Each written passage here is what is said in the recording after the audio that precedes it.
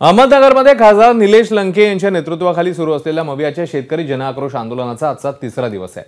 शेतकऱ्यांच्या कांद्याला आणि दुधाला योग्य भाव मिळावा यासाठी आंदोलन सुरू आहे। दरम्यान खासदार निलेश लंके यांच्या पत्नी राणी लंकेंनी महिलांनी भरलेला ट्रॅक्टर घेऊन आंदोलन स्थळ गाठलं। 2 दिवसांपूर्वी राणी लंकेंनी जिल्हाधिकारी कार्यालयाबाहेर चूल मांडून आंदोलनात सहभाग नोंदवलेला। या संदर्भातला आढावा घेतलाय आमचे प्रतिनिधी सुनील भोंगळ यांनी।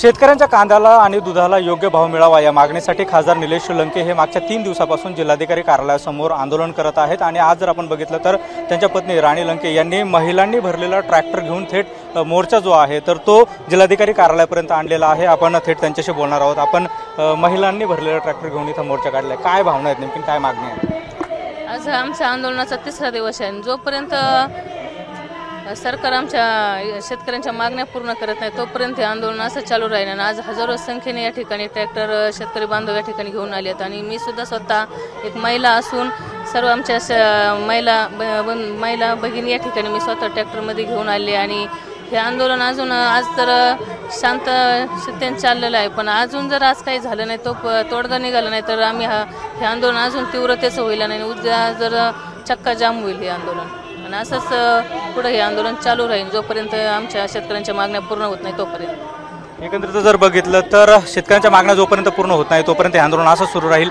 अशी भूमिका राणी लंके यांनी व्यक्त केलेली आहे। कॅमेरा पर्सन किरण कटारेसह सुनील भोंगळ, एबीपी माझा, अहमदनगर।